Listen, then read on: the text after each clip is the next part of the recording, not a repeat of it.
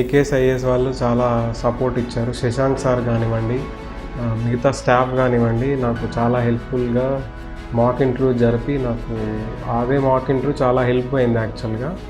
నాకు AKS IAS వారి మాక్ ఇంటర్వ్యూలో చాలా క్వశ్చన్స్ డైరెక్ట్గా ఆర్ ఇండైరెక్ట్గా వచ్చాయండి. నాకు యాక్చువల్ ఇంటర్వ్యూలో మన ఎంఏ శ్రీనివాసన్ గారి హిస్టరీ ఫ్యాకల్టీ గారు నాకు మాక్ ఇంటర్వ్యూ జరిపారు. అలాంగ్ విత్ మన శశాంక్ సార్ కూడా చేశారు. సో కొన్ని డైరెక్ట్ క్వశ్చన్స్ ఏంటంటే కరీంనగర్ గురించి, నక్సలిజం గురించి వచ్చే క్వశ్చన్ కానివ్వండి, కరీంనగర్ హిస్టరీ గురించి కానివ్వండి, అది నాకు చాలా హెల్ప్ అయింది. సో నేను కరీంనగర్ హిస్టరీ కానివ్వండి అన్నీ నేను రెడీగా ప్రిపేర్ అయి పెట్టుకున్నాను అనమాట. సో అది చాలా హెల్ప్ఫుల్ అయింది నాకు.